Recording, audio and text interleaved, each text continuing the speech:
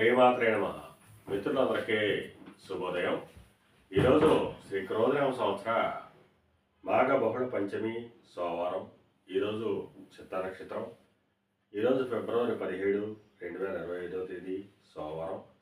ఈరోజు ఉదయం 11:48 1 గంట 34 వరకు ఉంది. దుర్ముహూర్తం మధ్యాహ్నం 12:38 1 గంట 24 వరకు ఉంది. మరలా తిరిగి దుర్ముహూర్తం మధ్యాహ్నం 2:56 3:42 వరకు కూడా దుర్ముహూర్తం ఇవ్వడం జరిగింది. ఈరోజు పంచాంగరీత్యా ఈ రకమైనటువంటి ఫలితాలు గోచరిస్తాయి. అలాగే ఈరోజు నక్షత్రం అయినటువంటి చిత్తా నక్షత్రం ఎవరికి తారాబలం కలుగుతుందో మనం పరిశీలించేటైతే భరణి, రోహిణి, ఆరుద్ర, పునర్వసు, ఆశ్లేష, పొబ్బ, హస్త, స్వాతి, విశాఖ, జ్యేష్ఠ, పూర్వాషాఢ, శ్రవణం, శతధార, పూర్వభద్ర, రేవతి. ఈ నక్షత్రంలో జన్మించినటువంటి మన మిత్రులందరికీ కూడా ఈరోజు నక్షత్రం అయినటువంటి చిత్త అనుకూలంగా ఉంటుంది. అందువల్ల ఇప్పుడు చెప్పినటువంటి నక్షత్ర జాతకులందరికీ ఈరోజు సౌకర్యంగా ఉండే అవకాశం ఉంది.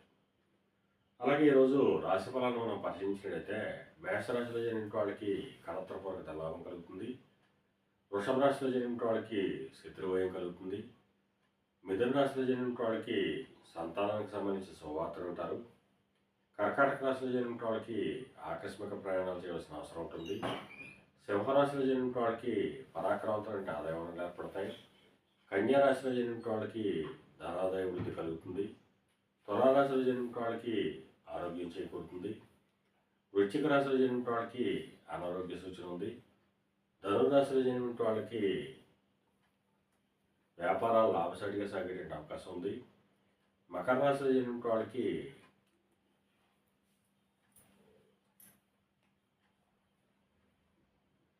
నిరుద్యోగులకు ఉద్యోగ అవకాశాలు వచ్చేటువంటి అవకాశం ఉంది.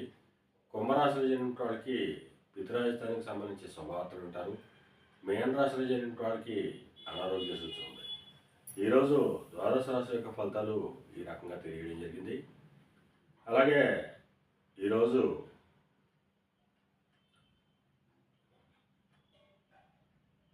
వస్త్ర వ్యాపారులకు కానీ, సముద్రయానం చేసిన వాళ్ళకి కానీ, సముద్రోత్పత్తులకు విక్రయం చేసిన వాళ్ళకి కానీ ఈరోజు మిక్కిలి శుభదాయకంగానూ లాభదాయకంగా అవకాశం ఉంది. అలాగే ఎలక్ట్రికల్ రంగంలో ఉన్న వాళ్ళకి కానీ, ఎలక్ట్రికల్ వస్తువులు విక్రయం చేసిన వాళ్ళకి కానీ, వ్యవసాయ రంగంలో ఉన్న వాళ్ళకి కానీ ఈరోజు మిక్కిలి శుభదాయకంగానూ లాభదాయకంగా అవకాశం ఉంది.